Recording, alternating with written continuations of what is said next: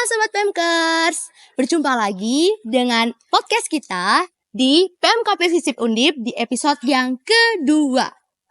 Tak kenal maka tak sayang, jadi perkenalkanlah nama saya Joyce Destiani dari Program Studi Ilmu Pemerintahan Angkatan 2023. Tema podcast kita pada episode yang kedua ini adalah kekuatan di dalam doa. Tetapi sebelumnya, aku tidak sendiri untuk membahas tentang tema podcast kita ini karena topiknya akan sangat luas dan sangat menarik. Dan tentunya aku juga akan dibersamai oleh seorang bintang tamu nih. Kira-kira siapa ya bintang tamunya? Dari program studi mana?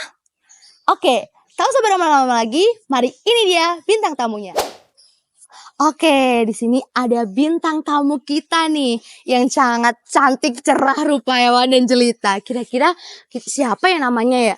Oke, kita berkenalan saja ya langsung ya. Boleh perkenalkan diri Kak kepada teman-teman kita. Oke, shalom PMKers. Perkenalkan, aku Misal Naftali dari Program Studi Ilmu Komunikasi Angkatan tahun 2022. Oke, Kak Naftali ya di sini. Tuh. Kak Naftali, kita di sini akan membahas sebuah topik yang sangat menarik, yaitu kekuatan di dalam doa. Nah, Kak Naftali, tahu nggak sih apa itu sebenarnya doa itu? Doa ya, sederhana sebetulnya, karena kita semua diajarkan dari kecil-kecil banget.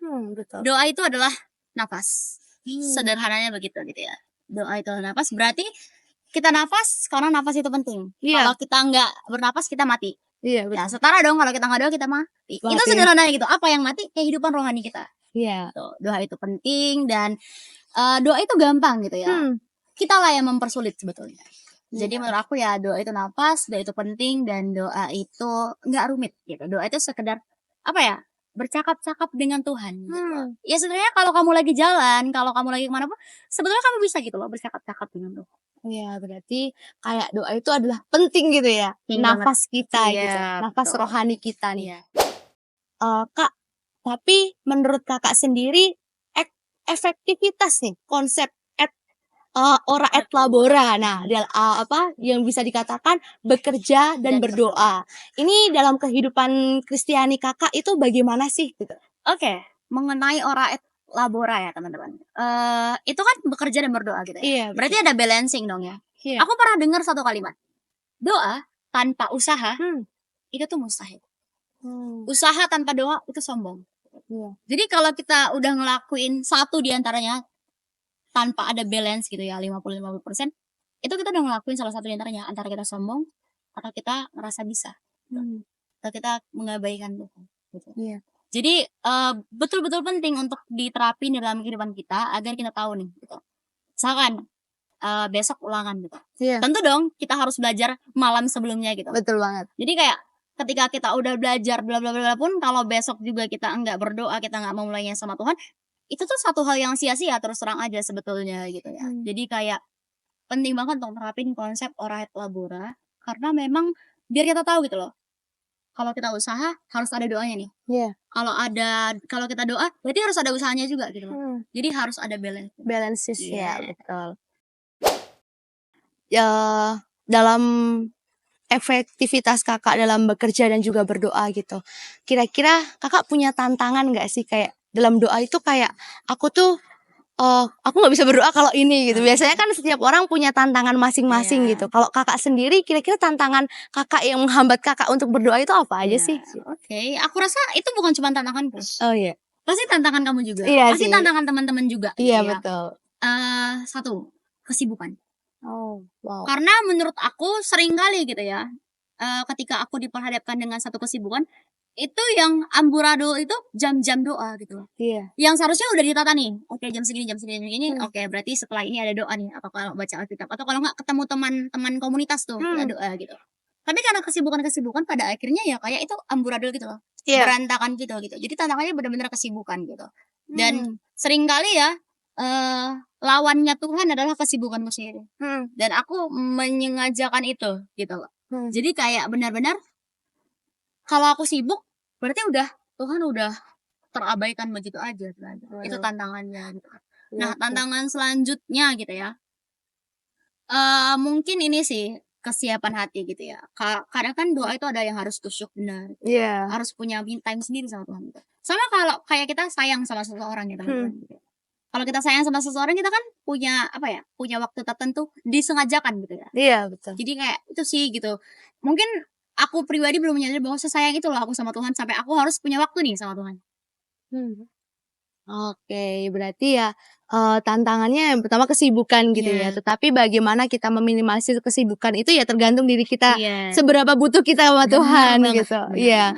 Tapi Kak, kira-kira kalau misalkan nih dipatahkan sama harapan sendiri kayak Tuhan aku udah berdoa kusyuk banget gitu. Tapi dipatahkan gitu. Kayak doanya kayak lama banget, belum terjawab. Bahkan kadang kayak apa yang kita pinginkan dalam doa tetapi pada kenyataannya itulah yang diwujudkan gitu. Berbeda dengan apa ekspektasi kita. Nah, itu gimana sih perasaan Kakak gitu? Perasaannya sebetulnya gini sih, mungkin karena aku manusia jadi baperan ya. Tapi pasti teman-teman semua gitu, kalau doanya nggak dijawab langsung kayak, Tuhan ini apa sih gitu. Tuhan ini kayak tahu nggak sih apa yang aku butuhkan gitu. Jadi kayak satu sisi mungkin klise gitu, tapi secara sadar atau tidak kita menyalahkan Tuhan sebetulnya. Kayak, kenapa lama banget ya Tuhan gitu? Apa sih kurangku gitu? Aku udah doa loh gitu. Aku bukan gak berdoa gitu. Tapi semisal kalau memang belum terjawab gitu ya. Ingat kembali bahwa waktu Tuhan bukan waktu kita. Gitu. Itu bener-bener yang kayak kalau kamu terapin gitu ya. Kamu punya kekuatan seluas itu, kekuatan setangguh itu kayak kalaupun nggak terjawab Tuhan, aku akan tetap berdoa sampai benar-benar Tuhan jawab. Gitu. Aku tahu waktuku ya bukan waktunya Tuhan, dan begitu juga sebaliknya gitu. Kadang-kala mungkin aku yang ngebet banget gitu, ngebet banget nggak? Pengen banget gitu. Aduh, besok dong gitu, mana bisa gitu ya? Lo jonggrang gitu, bangun semalam gitu. Jadi kayak bener-bener percayai prosesnya tuh, percayai waktunya Tuhan. Kalau belum terjawab, tetaplah berdoa. Bukankah itu yang disampaikan sama firman Tuhan? Iya, betul banget. Tetaplah berdoa. Iya. Dalam Tesalonika gak sih? Betul. Ingat tuh. Iya dong. Karena ya memang kadang tidak sesuai dengan ekspektasi kita. Tapi mungkin itulah yang terbaik bagi kita gitu. Tanpa kita sadari kadang kayak Tuhan kenapa sih tadi kayak tapi kayak ngebet banget, saking ngebet banget ya kita jadi kayak sesuatu dalam doa itu kadang membuat kita kecewa gitu. Karena ya doa kita tidak terwujud padahal itu yang terbaik bagi kita gitu. Kak, kira-kira ada tips and tricks gitu gak sih kalau misalkan nih tadi kesibukan tantangannya gitu, tadi juga kadang ada doa yang tidak dijawab sama Tuhan gitu. Kira-kira tips and tricks apa dari Kakak supaya kita itu tetap berdoa sama Tuhan, supaya kita itu tetap sebagai anak-anak Allah nih tidak mengandalkan diri kita sendiri, bahkan kayak kekuatan dunia aja lewat lah gitu. Kita pokoknya dekat sama Tuhan gitu. Kira-kira apa sih yang ingin Kakak sampaikan kepada teman-teman kita PMKers ini tentang tips and trick dalam doa gitu? Sebenarnya kalau tips and trick ya teman-teman, aku pribadi juga masih berjuang sih sejauh. Maksudnya kita semua jatuh bangun di kehidupan doa itu sebenarnya satu hal yang terjadi gitu di sehari-hari gitu ya. Kita masih berjuang untuk berdoa, kita masih berjuang untuk menyisihkan waktu buat Tuhan. Hal pertama yang mau aku sampaikan adalah menyisihkan waktu buat Tuhan, jangan menyisakan. Apa tuh artinya? Kayak punyailah jam-jam tertentu, nggak mesti pagi, nggak mesti siang, nggak mesti malam, tapi ada ya harusnya gitu ya. Antara siang kah, pagi kah, atau malam kah, miliki waktu untuk duduk berdua dengan bercakap-cakap dengan Bapa gitu. Siapa sih yang paling tahu kamu di dunia ini kalau bukan Tuhan gitu? Betul. Ya kayak menyampaikan gitu ya apa yang meresahkan kamu sepanjang satu hari ini gitu ya. Itu dengan kamu baca Alkitab gitu. Dan aku percaya Tuhan tuh seneng sama orang-orang yang menyisihkan waktu untuk Tuhan, karena ya itu bukti kamu sayang sama Tuhan. Itu bukti bahwasanya ya kamu tidak mengandalkan kekuatan kamu sendiri gitu ya. Yang selanjutnya adalah minta bantuan Roh Kudus. Minta pertolongan Roh Kudus kayak kamu mau berjuang nih biar kamu dekat sama Tuhan. Tuhan pasti tergerak dong gitu ya. Kayak siapa sih bapak yang kalau anaknya pengen dekat mengabaikan gitu aja, nggak ada dong gitu. Ketika bapak pengen ketika bapak tahu anaknya mau mendekat gitu, ketika bapak tahu anaknya minta digendong, otomatis bapak gendong dong. Ya sama dengan Tuhan sebetulnya gitu loh, kayak Tuhan pasti bakal gendong, Tuhan pasti bakal mengayomi gitu. Jadi kayak mungkin itu sih tips and triknya.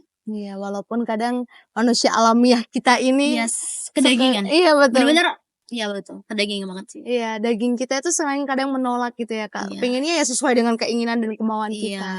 Ya berarti bagus banget ya tips and triknya gitu dari Kakak. Iya, semoga. Iya betul, semoga menginspirasi teman-teman Pemkers juga.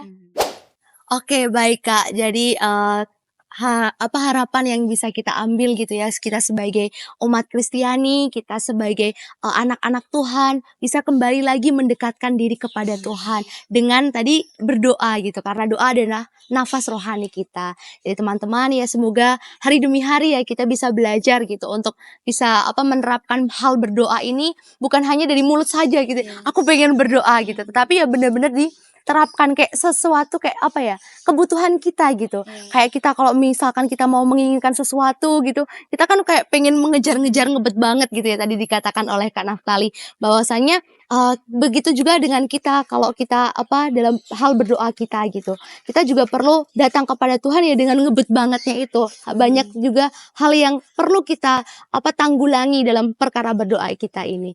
Semoga ya harapannya melalui podcast ini kita kembali ya teman-teman Pemkers, kita juga sebagai anak-anak Tuhan juga semakin diberkati oleh diri Tuhan, semakin juga hari demi hari kita semakin mendekatkan diri kita kepada Tuhan. Oke, baik, terima kasih banget Kak Naftali sudah berbagi dengan pengalaman dan juga motivasinya. Tetapi sebelumnya kita mungkin berpamitan dulu nih kepada teman-teman Pemkers sekalian. Kita punya yel gak sih? Oke. 1, 2, 3, siap Pemkers!